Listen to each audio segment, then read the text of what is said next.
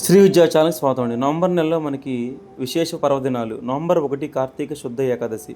ఏకాదశిలో ఉపవాసం ఉండేవాళ్ళు దీని గురించి బాగా తెలుసు. కార్తీక మాసం ఏకాదశిలో ఎవరైతే మిగతా ఏకాదశులు ఉంటూ ఈ కార్తీక ఏకాదశిలో ఎవరైతే ఉంటారో వాళ్ళకి 12 ఏకాదశులు చేసినంత ఫలితం కలుగుతుంది. ఆ విష్ణు యొక్క శివుడి యొక్క అనుగ్రహం పొందుతారు.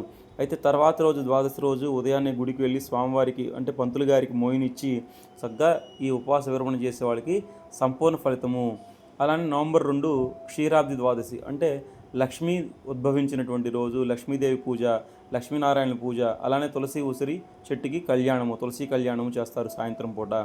దాన్ని చిలక ద్వాదశి కూడా అంటాము. తర్వాత నవంబర్ 3 కార్తీక మాసం 2వ సోమవారం. నవంబర్ 4 వైకుంఠ చతుర్దశి.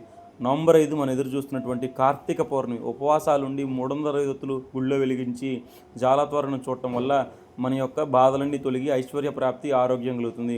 సాయంత్రం పూట శివాలయంలో జ్వాలాతోరణం ఉంటుంది. కార్తీక పౌర్ణమి ఉపయోగించుకోండి చక్కగా. 8 సంకట చతుర్థి. నవంబర్ 10 3వ కార్తీక సోమవారము. 11 నవంబర్ వచ్చి షష్ఠి. స్కంద పూజ చేయడం వల్ల మనకి దాంపత్య సమస్యలు తీరి చక్కగా అన్నీ బాగుంటాయి. కోర్టు కేసులన్నీ గెలుస్తాము. 16వ తారీఖు వచ్చి గోవచ్చ ద్వాదశి అంటే వనభోజనాలకి ప్రతీతి. వనభోజనాలు చక్కగా చేసుకునే వాళ్ళకి చాలా పర్వదినము. 17 నవంబర్ 4వ కార్తీక సోమవారము. 18 నవంబర్ మహాశివరాత్రి అంటే శివరాత్రి మనకి మాఘమాసంలో వచ్చేటువంటి మహాశివరాత్రి అంత గొప్పది. కార్తీక మాసంలో మహాశివరాత్రి. ఈరోజు ఉపవాసం ఉండి 300 ఎత్తులు కంపల్సరీ వెలిగించండి, 1,00,00,000 రెట్లు ఫలితం వస్తుంది. 20 నవంబర్ వచ్చేసి కార్తీక అమావాస్య. ఈ అమావాస్యతో ఎంత ఫలమైందంటే ఎటువంటి పనైనా సాధించగలుగుతాము.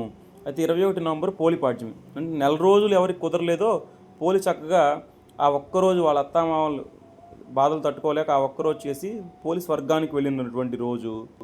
అలా ఆ పోలిపాడ్యమి విశేషం ఏం చేయాలి, ఎన్ని దీపాలు ఇచ్చాలి నెక్స్ట్ వీడియో రాబోతుంది. సబ్స్క్రైబ్ చేయండి, షేర్ చేయండి, అందరికీ పంపించండి. థ్యాంక్స్.